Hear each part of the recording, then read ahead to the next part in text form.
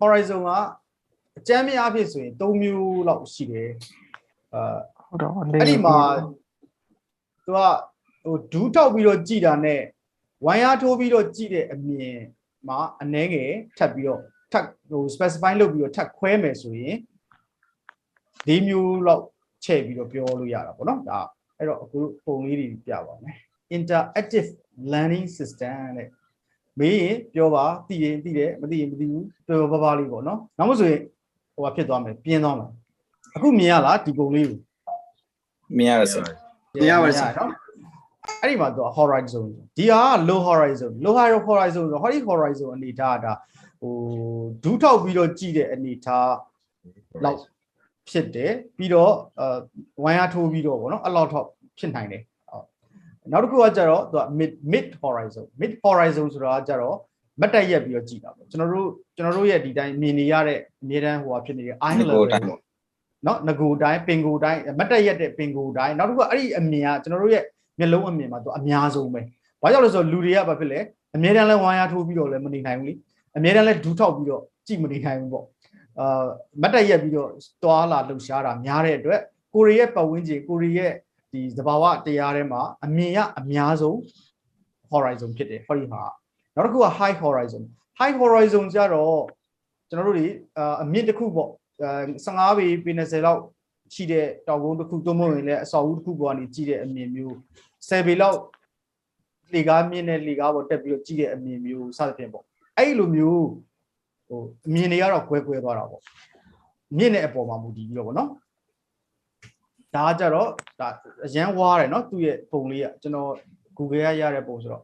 ဒီမှာကြည့်လိုက်ရင်တော့ low horizon ဆိုရင်အဲ့ horizon ကလူရက်နေမယ်ဆိုအဲ့ horizon အဲ့လူရဲ့ဒူးနာလောက်ကနေပြီးတော့ဖြတ်တယ်တဲ့နော် mid horizon ကကြတော့ပခုံးနာရင်ဘတ်ကနေဖြတ်သွားတယ်ပခုံးရင်ဘတ်လောက်ကနေဖြတ်နေတယ် high horizon ကြတော့သူ့ရဲ့ခေါင်းကိုတက်ဟို overhead တို့မဟုတ်ရင်ခေါင်းထက်ကိုမြင့်သွားတယ်ခေါင်းနဲ့တန်းနဲ့တို့မဟုတ်ရင်ခေါင်းထက်မြင့်ရင်ဒါ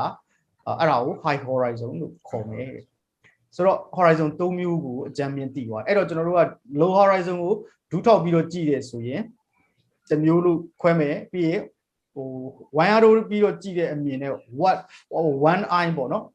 one eye ခေါ်တော့ပေါ့တီကောင်ကြီးဟိုပိုးကောင်လေးတွေရဲ့အမြင်မျိုးလို့သူကတင်စားကြတာပေါ့အသိမြင်သွားတယ် high horizon က15ပေလောက်ကမြင်ရင်တက်ပြီးကြည့်ရင်အမြင်တစ်မျိုးရှိမယ် horizon ကဒီလောက်မှရှိမယ်အဲ့ဒီထက်တက်သွားရင်ဘာဖြစ်မလဲထက်သွားရင် horizon ကမြင့်သွားမှာလားနှိမ့်သွားမှာလားနှိမ့်သွားမှာဆရာလူကဆက်ပြီးတော့မြင့်တက်သွားမှာစောစောတော့မြင့် horizon နှိမ့်မယ်လူမြင့်လူ15ပေလောက်ကတက်ကြည့်တယ် horizon ကဘယ်နားမှာရောက်နေလဲအောက်ကိုရောက် horizon ကလူရဲ့ဘယ်နားကိုရောက်လဲအောင်းလာမှာရောက်လူရဲ့ overhead overhead တော့ရောက်နေပြီเนาะ15ပေလောက်တက်ရင်တော့ overhead လောက်ရောက်ချင်ရောက်မှာပေ20ပေ30ပေ40အဲ့လို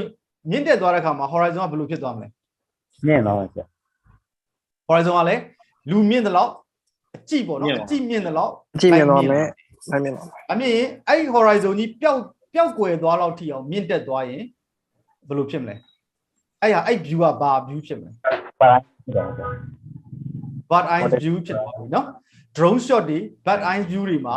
horizon တွေ့ရသေးလားမတွေ့ရဘူးဗျသူကမြင့်တက်လွန်အားကြီးသွားရင်ဘာဖြစ်သွားလဲမြင့်တက်တယ်ဆိုတာတဲ့ဟို over ဒီလိုမျိုးပေါ့အရန်အောက်ကိုစိုက်ပြီးတော့မြင်လာရပြီလေမြင့်လေအဲ့ဒီခါမှာဖြစ်သွားလဲ horizon ကမြင့်လုံးမကမြင့်တက်ပုံထဲမှာလေမြင့်လုံးမကမြင့်တက်သွားပြီးတော့သူကပျောက်သွားတယ်เนาะပုံရဲ့ frame ထဲမှာမရှိတော့ horizon ကအခုဒီလိုမျိုးပုံစံဆိုရင်အခုတို့ကဒီမှာပေါ့ဒီမှာကြည့်လိုက်မယ်ဆိုရင် horizon ဒီဘာ horizon ဖြစ်မလဲခံမှန်းကြည့်အခုသူရဲ့ဒီပုံရဲ့ရှိရင်းဆွဲ horizon က mid horizon เนาะဒါပေမဲ့ပုံစံကြည့်ရတာ तू ကဟိုရိုက်ထားတဲ့လူကနည်းနည်းမြင့်ပုံရတယ်မြင့်ပုံရတော့တော်တော်လေး mid horizon ထဲမှာတော်တော်လေးမြင့်နေတဲ့ horizon ပေါ့เนาะအဲ့တော့ထပ်ပြီးတော့ကိုယ်ကထပ်တက်မယ်ဆိုရင်ဒီနားလောက်ထိအောင်ရောက်လာရင်ဘာဖြစ်မလဲ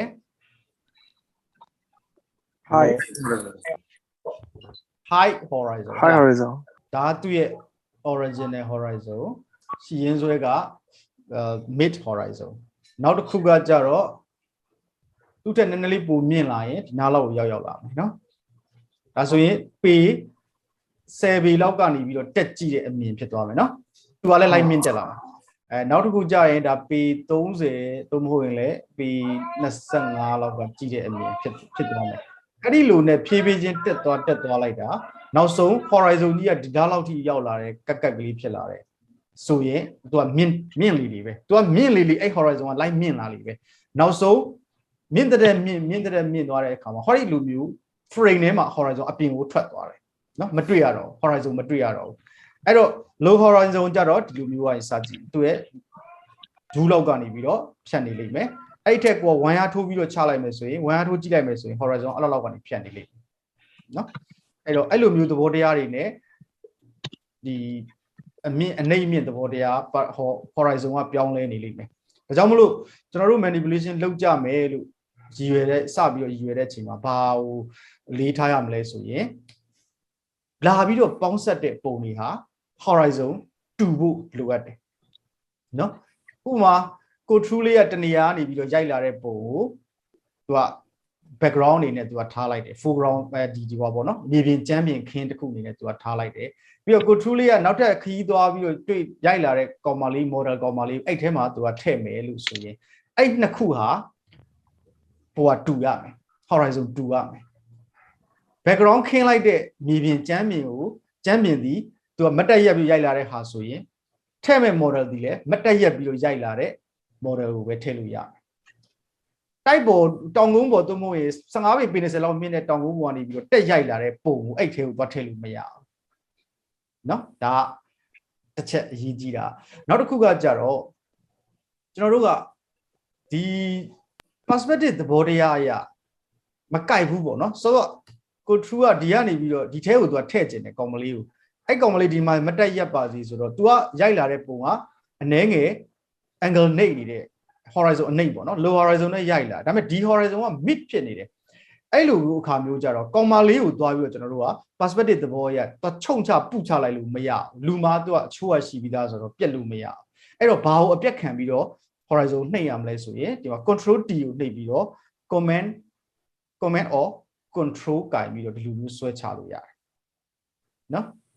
ဒီလိုမျိုးဆွဲချပြီးတော့နှိမ်ပြလို့တော့ရတယ်တော်တော်လေးနှိမ်လို့ထိရတယ်တစ်ခါကြာရနော်သူ့ရဲ့ရိုက်လာတဲ့မူရင်းပုံပေါ်မှာမူတည်ပြီးတော့ဒီလို horizon လိုက်ပြောင်းပြလို့တော့ရတယ်လူကိုတော့ပြောင်းလို့မရဘူးဒါကြောင့်မို့လို့ horizon တူချင်းမတူချင်းကကိုကအလုံးလုံးတက်မယ်အမြင်ကိုမှန်ကန်ကြည့်နိုင်မယ်ဆိုရင်ကိုခင်းလိုက်တဲ့အခင်းကို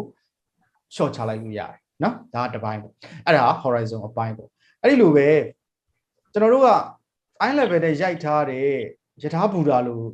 နေရာမျိုးကြီးရိုက်ထားလိုက်တယ်အဲ့မှာ finishing point တွေကconverging line တွေကလည်းအမတန်ထင်ရှားတယ်လေဟုတ်တယ်မလားဇင်းကြံနေဇောင်းတန်းနေဒီ platform တွေနော်ပြီးတော့လမ်းမကြီးတွေရှိတဲ့နေရာတွေက converging line တွေကထင်ရှားရှားကြီးသွားပြီးတော့စုစုံနေကြတဲ့နေရာမှာအဲ့စုစုံနေကြတဲ့နေရာဒီဘာဖြစ်မလဲပြောပါဦးဘုဒ္ဓတာ converging line တွေစုစုံနေတဲ့နေရာဘယ်နေရာလို့ဘာဖြစ်မလဲနည်းနည်းအုံနောက်ကိုအလုပ်ပေးမှမေးချင်ပါနော်အဲ့ဒါကြောင့်မေးတာ converging line တွေဆိုတာဟိုဖြစ်လားသိလားစုံနေတဲ့အရာကိုဆုံးမှတ်ပေါ့သူ့ရဲ့ဆုံးမှတ် business point ရဲ့ဆုံးမှတ်သူ့ရဲ့စုံမှတ်သို့မဟုတ်ရင်လည်းတွားပြီးတော့စုံတဲ့နေရာပေါ့အဲ့နေရာဘာလဲအဲ့နေရာဘာဖြစ်မလဲ managing point ဆိုတော့ဆရာ finishing point မှန်တယ်နော် finishing point လို့ခေါ်တယ်အဲ့ဒီ converging line တွေစုံရာကို finishing point လို့ခေါ်တယ်ဒါဆိုရင်အဲ့ finishing point ရှိတဲ့နေရာဘာလဲနောက်ထပ်တစ်ခုထပ်ပြီးမေး horizon line ပေါ့ပါဆရာမှန်တာပေါ့နော်တော်တယ် horizon line အဲ့ finishing point ရှိတဲ့နေရာဒီအဲ့ဒါ horizon ပဲเนาะဒါကြောင့်မို့လို့ကျွန်တော်တို့ဒီလိုမျိုးလေးဒါဆရာဒီပမာရသွန်တော့တရုပ်ပြခဲ့တဲ့ဟာလေးပေါ့အဓိကတော့ဒါကိုဒီနေရာလေးမှာထည့်ပြီးတော့ပြမယ်เนาะဒီမှာတစ်ခုထပ်ပြဒါဆိုကိုတို့စုံမှတ်တွေကို finishing point တွေကိုရှာကြည့်အောင်เนาะ converging line တစ်ခုရရင်နှစ်ခုပေါ့တစ်ခုတည်းတော့သူကသိအဆင်မပြေနှစ်ခုတစ်ခုတည်းပို့ပြီးတော့နှစ်ခုသုံးခုလေးခု converging line များလေ horizon ကိုရှာဖို့လွယ်လေပဲဒါဆိုရင်ဒီပုံကိုကိုတို့ကဒီအကြီးကိုခဏဖျောက်ထားလိုက်မယ်နော်ဖျောက်ထားလိုက်မှဖြစ်တဲ့အတွက်ဖြူထည့်လိုက်ဆိုတော့ဒါကိုကိုတို့က horizon ဘယ်နားမှမသိဘူးဒီကုဘတုံးပုံစံသဏ္ဍာန်လေးရဲ့ horizon ဘယ်နားမှမသိဘူးဒါဆိုရှာကြည့်အောင်အဲ့တော့ကိုတို့ကဒီမှာသူ့ရဲ့ converging line လေးတွေထင်ရှားတယ်เนาะဒီဘက်အဲ့တော့သူ့ရဲ့ဟို converging line ဒီဘက်မှာရှိနေတယ်အဲ့ဒီဘက်မှာသွားစုံမယ်ပေါ့ဒီဘက်ကိုတက်ပြီးတော့ရှိမယ်ဆိုလေအပေါ်မှာလဲ vanishing point ရှိတယ်အဲ့တော့ vanishing point ရှိတိုင်း horizon လို့တော့ပုံသေးပြောလို့မရဘူးဆိုတော့အပေါ်မှာလဲရှိတယ်เนาะဒီနှစ်ခုကိုဟောဒီ line နဲ့ line ကိုကိုတို့ဆက်ပြီးတော့ဆွဲလိုက်မယ်ဆိုရင်အပေါ်မှာ vanishing point တစ်ခုသွားရှိတယ်အဲ့ဒါကတော့အပေါ်ကဟို above vanishing point ပေါ့နော်ပြီးဒီအောက်ဘက်ကိုဆင်းသွားတဲ့နှစ်ခုကတော့အမြဲတမ်း horizon မှာရှိတယ်ကြောင့်မလို့ line 2လေးနဲ့ဆက်ပြီးတော့ဆွဲကြည့်အောင်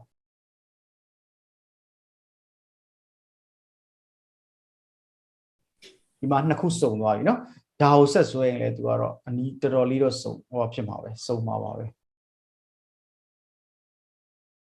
နော်သုံးခုစုံတဲ့နေရာအဲ့တော့နောက်ထပ် horizon တစ်ခုထပ်ရှာကြည့်မယ်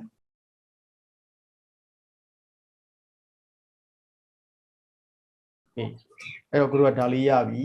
ဆိုတော့ဒီမှာဟိုဘာလဲ finishing point နှစ်ခုတွေ့ပြီနော်နှစ်ခုတွေ့ပြီဆိုအဲ့နေရာကဒီကုဘတုံးရဲ့ horizon မရှိနော်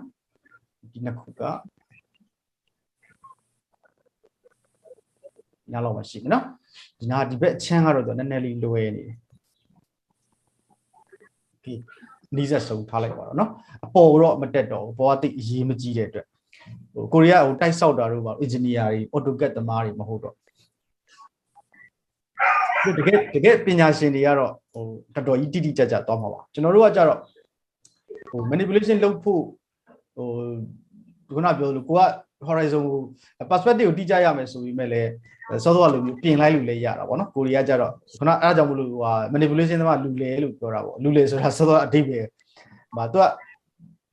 ကျွမ်းကျင်မှုတို့မဟုတ်ရင်လည်းကြိုးကင်ချဲလဲပြီးတော့ကြိုက်တယ်လို့မျိုးသူကလုံးမှာဆိုတော့ကျွန်တော်တို့အတွက်ကကျွန်တော်တို့ပြောတဲ့ခု perspective တွေ finishing point တွေ converging line တွေကဟိုတကယ်ပညာရှင်တွေလိုမျိုး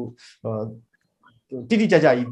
လိုက်နာကျင့်သုံးနိုင်တာတော့မဟုတ်ဘူးဒါကျွန်တော်ပုံပုံလင်းလင်းပြောတာဘာလို့လဲဆိုတော့ကျွန်တော်တို့ကပြင်ပစ်လို့ရတဲ့အနေအထားတွေအများကြီးရှိတာပေါ့နော်ဒါကြောင့်ဒါလေးကို group ဖွဲ့လိုက်အဲ့တော့အဲ့လောက်ရပြီဒါဆိုရင်ဒီကုဘတုံးကလေးဟာဒီနေရာမှာရှိနေတယ်သူ့ရဲ့ one byte ကိုမြင်နေရတယ်ဟုတ်လားနော်ဒါကြောင့်မို့လို့သူက above horizon overhead horizon overhead ဖြစ်နေတယ်သူ့ရဲ့ဒါ object လို့သဘောထားလိုက်ပေါ့နော်ဒါ object ဆိုရင်သူကအဲ့လိုမျိုး one byte ကိုမြင်နေရတဲ့အတွက်ဘာဖြစ်လဲ horizon ရဲ့အပေါ်မှာပဲအမြဲတမ်းရောက်နေတယ်ဒါဆိုရင်ဘာဖြစ်လဲဒါဒီflying object လို့ခေါ်နိုင်တာပေါ့တကယ်လို့ तू ကအဆောက်အဦတစ်ခုဆိုရင်တော့ဒီလိုမျိုးဖြစ်နေလိမ့်မယ်သူ့ရဲ့အမိုးအထွတ်က horizon ရဲ့အပေါ်မှာရှိနေရမယ်ဒီလိုမျိုး object ကအဲ့ဒီလိုပဲဟောဒီလိုမျိုးမမြင်ရဘဲနဲ့ one byte ကိုမမြင်ရဘဲနဲ့ဒီအပေါ်ကမျက်နှာပြင်ပေါ့အပေါ်ကမျက်နှာပြင်ပေါ့တော့ခေါင်မိုးပြောပါတော့အဲ့ခေါင်မိုးကိုမြင်နေရတယ်ဆိုရင်ကြတော့ तू ကအောက်မှာရှိတယ် horizon ရဲ့เนาะအဲ့တော့ကျွန်တော်အဲ့ဒီနားလေလားနားရပါလေဆရာကျွန်တော်ထက်အသက်ကြီးတာတော့ကိုမောင်ခိုင်တယောက်ပဲပါတယ်ကျွန်တော်အဲ့ဒါပဲမှတ်ထားတာเนาะကျန်တဲ့လူကမသိလို့မှတ်ထားအဲ့ဒါမသိရင်ကျွန်တော်ငေလိုက်ပါလေဆရာ forward တွေဝင်လိုက်ပါတယ်ဟိုဖြစ်ပါတယ်ဘယ်လိုပဲဖြစ်ဖြစ်ကျွန်တော်မှားတယ်လို့ကျွန်တော်လည်းညင်ကိုစိတ်တက်ပါပဲကြီးငယ်ပြဿနာမရှိဘူးဒါပေါ့အားလုံးကညီကိုတွေပါပဲကျွန်တော်လည်းစောစောဗီဒီယိုလေးတင်ထားသလိုပဲကျွန်တော်တို့ဒါဆွေးနွေးကြတယောက်နဲ့တယောက်နဲ့ဆွေးနွေးကြတာပါပဲเนาะဘာမှတင်ယူတယ်တင်ပေးတယ်လို့မဟုတ်ပါဘူးကိုသိထားတာလေးနည်းငယ်ကိုပြဝေတာပါပဲကျွန်တော်ဒီမှာတစ်တာလေး3လုံးလောက်ဒေါင်းကျင်လို့เนาะခဏလေးရက်လိုက်တာဘာလို့တစ်တာလေးနဲ့ကြီးပဲပြနေတာလဲဆိုရင်တော့သူက converging line ထင်ရှားတဲ့အတွက်ဒီတစ်တာလေးရဲ့ horizon ကတော့ဘယ်နားမှာရှိမှာဘယ်နားမှာရှိနိုင်ထင်လဲဘယ်နားမှာဆိုတော့ horizon ရဲ့အောက်လားအပေါ်လားအဲ့လောက်ပဲမေးတာပါအလဲမလို့ထင်နေစရာလဲ mid လို့ထင်နေစရာ အလဲတော့ဒီလိုနေရာမျိုးလား ဟုတ်တယ် ဟုတ်လား ဟုတ်ဆရာကျွန်တော်အဲ့လိုထင်နေဆရာဟုတ် အဲ့တော့အဲ့လိုအဲ့ဒါပြောတာဘူးလေ အဲ့ဒီနည်းနည်းပေါ်ရောက်မှာဆရာ အလဲလို့ပြောတာဘူးလေဆိုတော့ ဇော်မျိုးလေးမှာကျွန်တော်ဇော်မျိုးလေးဟုတ် ဟုတ်လေအော်ဟုတ်ပြီ ဒီဟာပါဘူး ဒီဟာလည်းပြောရနော်โอเคကောင်းပါတယ်အမတန်ကျေးဇူးတင်ပါတယ်အဲ့တော့ရှာကြည့်အောင်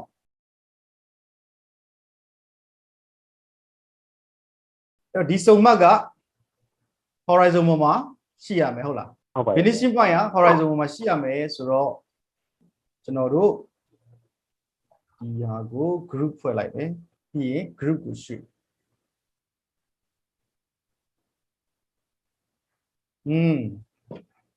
ဟုတ်လားသူက horizon ကိုဖြတ်နေတဲ့တစ်တာဖြစ်တယ်နော်ကောင်းတယ်တော်တယ်နော်ဒီပုံလေးကိုလည်းကြည့်အောင်ဒီပုံကြတော့ဘယ်နားမှာရှိလဲ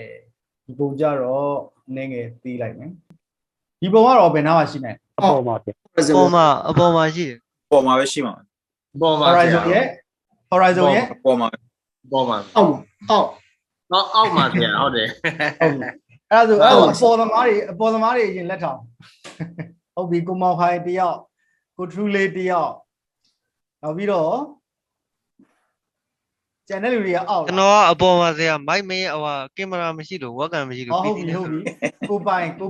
အပေါ်โอเคနောက်ပြီးတော့ကျန်သေးလားအပေါ်သမားဘောလုံးပွဲအပေါ်ကြီးပေါ့ဒါပေါ်ကြီးဘယ်လိုကြီးโอเคအပေါ်ထိုင်နေကိုပြီနော်အောက်သမားတွေကကျန်တဲ့လူတွေပေါ့ဟုတ်လား လိုင်းကြပါလို့ အောက်ကျွန်တော်ကြည့်အောင် horizon ရှာကြည့်မယ်ဆိုတော့တောက်ဒီဘက်နဲ့ရှူလိုက်မယ်ရှိတယ်ဆွဲလိုက်ရင်ရှိတယ်ဆိုတော့အဲ့တော့ဒီ point ကဘာ point လဲ finishing point အဲ့ finishing point ကဘယ်ပေါ်မှာရှိရမလဲ horizon line horizon line ပေါ်မှာရှိရမယ်ဆိုတော့ကျွန်တော်တို့ကဒီလိုအဲ့တော့အပေါ်သမားကမှန်လားအောက်သမားကမှန်လား အောက်သမားမှန်ပါတယ်ဆရာ အောက်သမားမှန်ပါဆရာ အောက်သမားမှန်တာဒီမှာလေး ဟုတ်ကြီးတယ် ဟာ horizon line ကဒီ line လေ horizon ကဘယ်သူကမှန်တာတော့ အောက်သမားမှန်တယ်ဆရာ အောက်ကြီး အောက်ကြီးသမားတွေအောက်ကြီးတွေနိုင်ရနော် မရင်ဝက်ကန်လို့ပဲအောက်ဒီသမိုင်းနေပါအောက်ကြီး အဲ့တော့ဘာလို့အဲ့လိုမျိုးမြင်ရတာလဲဘာလို့အဲ့လိုမျိုးအောက်ရောက်သွားတာလဲကြည့်အောင်ဒီ line တွေမပါဘဲနဲ့ရောမခွဲခြားနိုင်မလားပေါ့နော်ကျွန်တော်တို့ကြည့်အောင်ဒီ line တွေမမြင်ရဘဲနဲ့ converging line တွေမပေါ်ဆက်မဆွဲဘဲနဲ့မြင်ဟောပေါ့တိတာမလားဒီမှာကြည့်လိုက်ရင်ဟောဒီတစ်တာကိုယဉ်ကြည့်နော်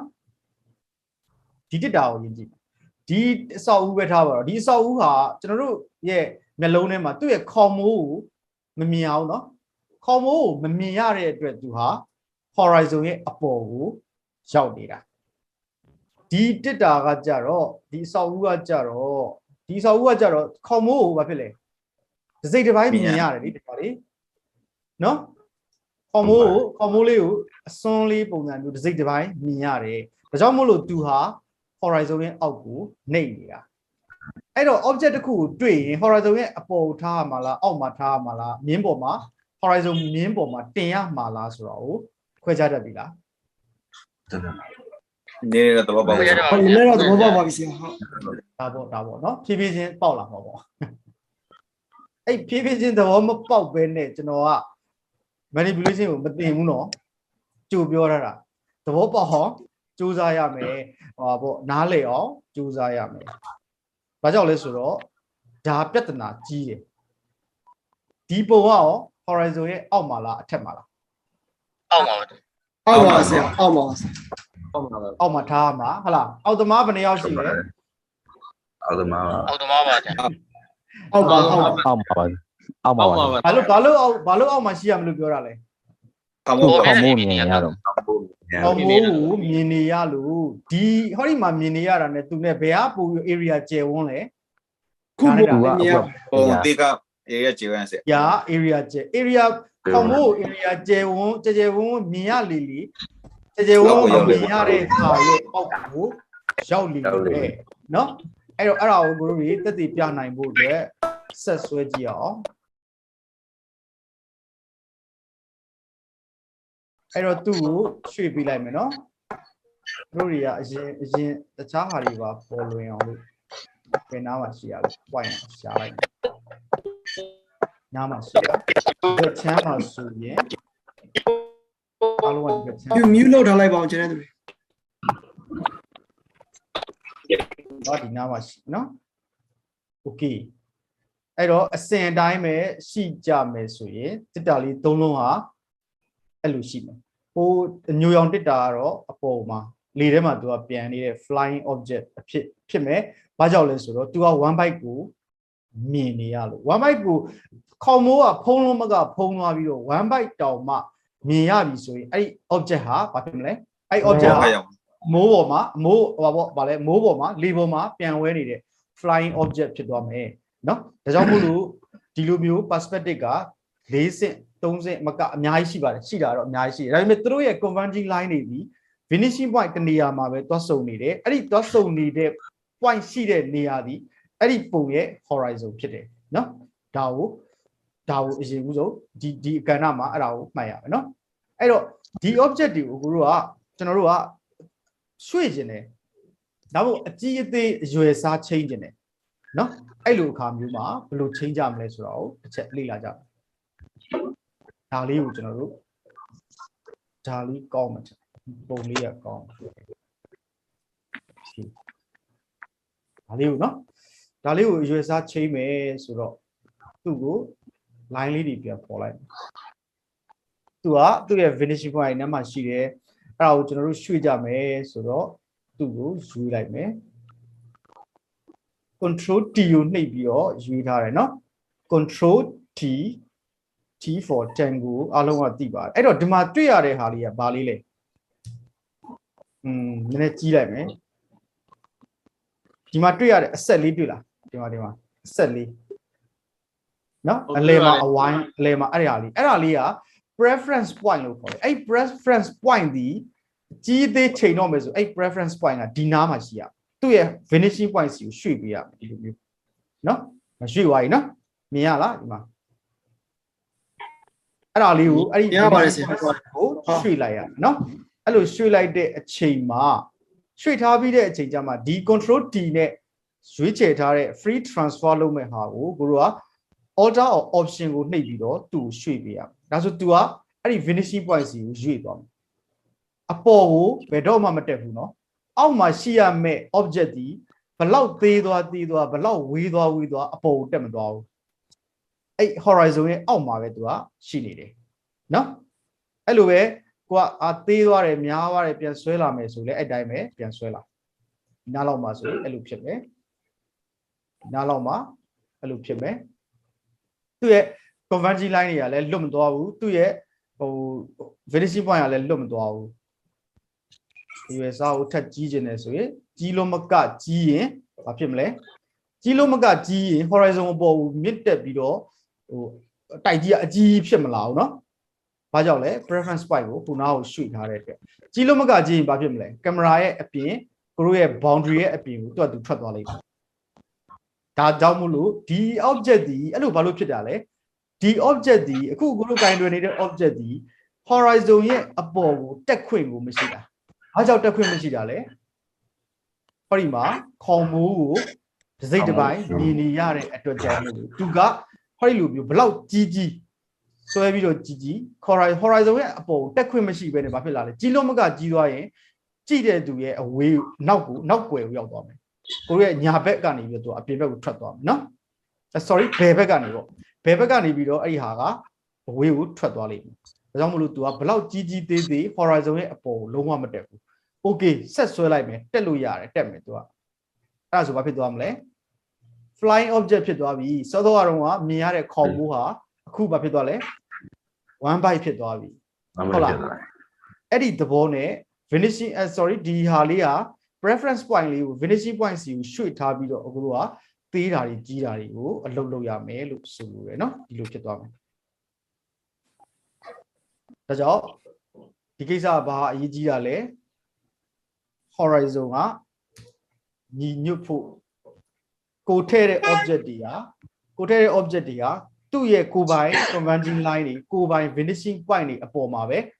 တွားပြီးတော့နေရာထားလို့ရမယ်လို့ဆိုလိုတာဟုတ်ပြီလားဒီတော့ကိုတို့ကပြောတာတော့လွယ်တယ်တစ်တာတွေနဲ့ပြတော့ပြောတာလွယ်တာပေါ့ဒါပြင်လုံးဝန်းနေပုံစံတွေအလုံးတွေပုံစံတွေ converging line ရှာမရတဲ့လူတလိမ့်ဆန်လိုဟာမျိုးတွေဆိုဘယ်လိုလုပ်ကြမလဲဆိုတော့ဒါကတော့နောက်ပိုင်းမှာကိုတို့ကအတွေးအစပိုင်းနဲ့တချို့ကလည်းဖြည့်တွေးပြီးတော့နားလည်ပလိုက်ရတာလည်းရှိတာပေါ့နော်အခုကကြတော့ perspective သဘောတရားကိုနားလည်ဖို့ရယ်ဒီအမြင်ပေါ်မှာပေါ့အရာတစ်ခုပေါ်မှာအမြင်ပေါ်မှာဆုံးဖြတ်တတ်